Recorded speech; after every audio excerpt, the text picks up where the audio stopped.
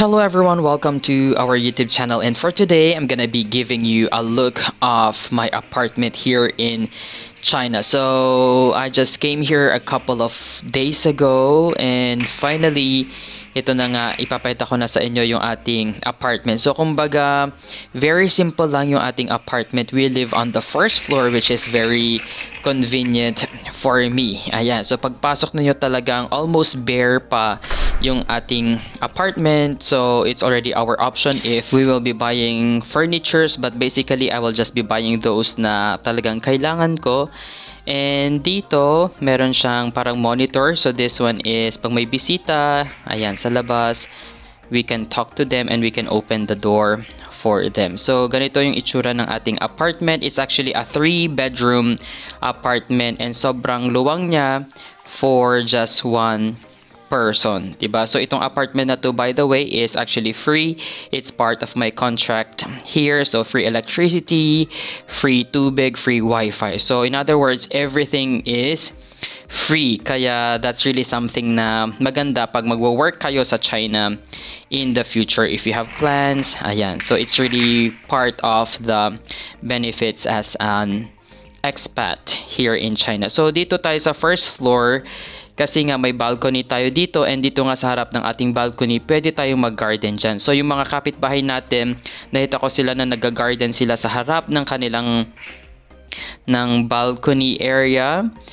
So siguro yun din yung gagawin natin, especially na mahilig tayo sa mga succulents. And if you're also interested sa mga plants and succulents, you can subscribe to my other YouTube channels. Ayan. So dito sa ating balcony area, may parang modular cabinets dito, so we can actually parang store some of our things here na hindi nagagamit. Ayan yung kanyang itsura. So aside from that, meron din dito sa pinakababa, which is actually nice, diba? So from here sa balcony area, ganito yung itsura ng ating apartment, diba? Talagang halos walang laman.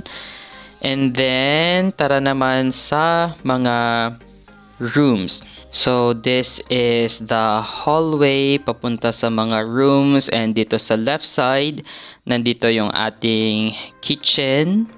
And then, ipapakita ko muna sa inyo yung mga rooms. So, may CR dyan, rooms. So, first, dito tayo sa first na room muna, I guess. Ayan. So, ganito yung kanyang itsura. So, it's also empty, actually. So, lahat ng nakikita ninyong gamit dyan, yung mga kortina na yan na yung mismong nadatnan natin dito. So, itong room na to, I'm thinking na gagawin ko na lang siyang parang workstation.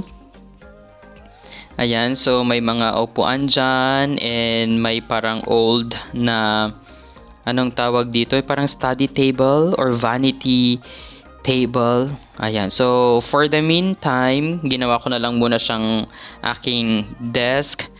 Diba? So, dyan ako gumagawa ng kung ano-ano sa aking work. Ayan. So, palitan na lang natin siya in the future pag nag-start na tayong sumahod. But for now, I think okay lang. Okay lang naman. Very useful naman itong parang desk na iyan. And then, what else do we have here? I think wala masyadong makikita sa room na to. Talagang pwede siyang gawing guest room, diba? In the future, pero wala ngang beds. They have curtains here.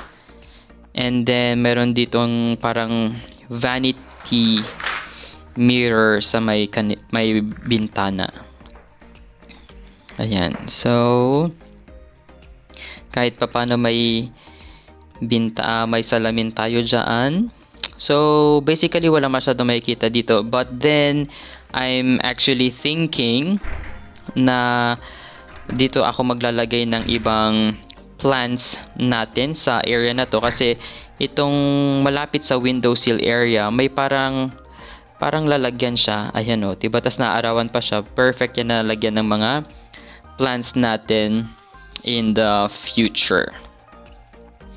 Ayan. So, next, siguro pumunta naman tayo sa kanilang master's bedroom sa kabila. So, paglabas ninyo, ganito yung view niya. Ayan. Kita kaagad yung papunta sa CR. So this is the master's bedroom and dito ako natutulog. Ayan, ganyan yung kanyang itsura. So lahat ng beddings is pre-provide din ng aking employer, yung pillow, yung blanket, everything. Ayan, so ito lang yung dala-dala kong mga gamit galing sa Pilipinas. Ayan. Actually, konti lang yung dala kong gamit from the Philippines. Parang 20 kilos lang, just enough para makasurvive tayo for the next month or months to come. Ayan, may mga drawers siya dito. And ito yung kanilang modular cabinets as well. Ayan, nagdala rin ako ng mga parang winter jackets para ready na tayo just in case na dumating yung winter season, diba? Kasi sobrang mahal ng winter jackets dito sa China. Talagang abutin ka ng thousands of pesos para makabili ng isang winter jacket. Kaya nag-ukay na ako sa Baguio. Ayan. So as you can see, it's really empty kasi wala naman ako masyadong damit for now. Ayan. Bale, may aircon din dito, syempre, para pag summer, pag mainit yung panahon, at least we are comfortable dito nga sa loob ng ating bedroom. So may parang saksakan siya dito on both sides of the bed. And actually, ito, ayun o, tinan yung saksakan nila dito. May ano na rin sila, parang USB outlet na din, diba? So, pag wala tayong charger, we can just simply charge using itong parang USB outlet nila dyan. So, I think, yun lang dito sa ating bedroom. So far, okay naman yung tulog ko dito. Talagang sobrang tahimik. Kahit na nasa first floor tayo, hindi natin naririnig yung mga tao sa labas, yung mga sasakyan sa labas. Kasi very nice talaga itong ating community. And if you haven't watched yung first video natin about my community tour, you can just simply watch it para you have an idea kung gaano kaganda yung itsura nitong aming community sa labas. So, this is the view from my bedroom.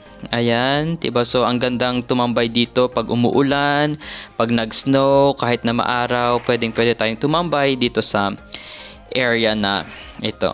Next, pumunta naman tayo dito sa third room. So, itong third room is the smallest sa kanilang lahat. So, pwedeng maglagay dito ng single bed. Ayan. Pero itong area na ito, may parang shelf din siyang ganyan. Kaya ginawa ko na lang siyang parang storage room. So lahat ng ibang damit ko, yung mga gamit ko na hindi ko pa ginagamit, nilagay ko na lang muna sila dito. Yung mga damit na dapat labhan, nilagay ko na rin sila dito sa area na to. Kasi it's just an empty na kumbaga room. Kaya kumbaga I'm just trying to maximize kung ano yung mga rooms na available dito, especially na mag-isa lang naman tayong titira dito sa apartment na ito, diba? So, kumbaga, you cannot really ask for more kahit na sabihin natin wala siya masyadong appliances and furnitures. At least I can comfortably stay here, move around here, diba? Pwede kong gawin lahat ng gusto kong gawin. And, of course, ang pinakamaganda sa lahat is it's free. Ayan. So, ngayon, punta naman tayo dito sa kanilang toilet and bath. So, spacious din itong kanilang toilet and bath dito. So, ayan. So, what you see is what you get. So, may salamin dyan, may mga shelves, drawers, and of course, yung kanilang sink dito sa ilalim. Ayan, pwede tayong maglagay dyan nung mga soaps, ganyan. So, actually, madaming gamit dito na, yan, yung mga nakikita nyong yan, hindi ko yan binili. Talagang pagdating ko dito, nandyan na yung mga yan. And, dito sa side na to, nandito na rin yung shower area. It's a hot and cold na shower area. And aside from that one, syempre, itong toilet and bath natin is also our laundry room. Na dito yung ating washing machine. So this one is an automatic washing machine. Ayan, diba? So hindi na natin kailangang ipa-laundry yung mga damit natin kasi finally dumating na nga yung washing machine. Kasi nung first time kong dumating dito, wala pa yung washing machine. Pero finally, na-i-deliver na rin yung mga washing machine dito sa ating apartment. And aside from that one, itong aking apartment, itong aking toilet and bath pala is may ano siya, may ganito siya. Ipapakita ko sa inyo kung ano yung mga switches dito. So may 1, 2, 3, 4 switches dito sa loob. Itong pang-apat is yung exhaust. Ayan, and yung 3 other switches is for this light. Ayan, so itong light na to guys is mainit siya, as in parang peri light siya, yung how do you call that? Basta sobrang init niya. And this is very ideal pag kunwari winter. Ayan, diba? Pag nasa loob ka ng CR, pag maliligo ka na, you feel cold. Isi-switch mo yan para talagang para kang nasa sauna. Ganon yung effect nung mga ilaw na yan. So sa ngayon hindi ko pa siya ginagamit kasi hindi pa naman or hindi naman malamig, pero pag siguro lumamig na yung panahon, we can actually use yung mga lamps na yan sa taas. Ayan, oh, diba? Hindi yan basta-basta ilaw. They are parang heating lamps habang naliligo ka during the cold season.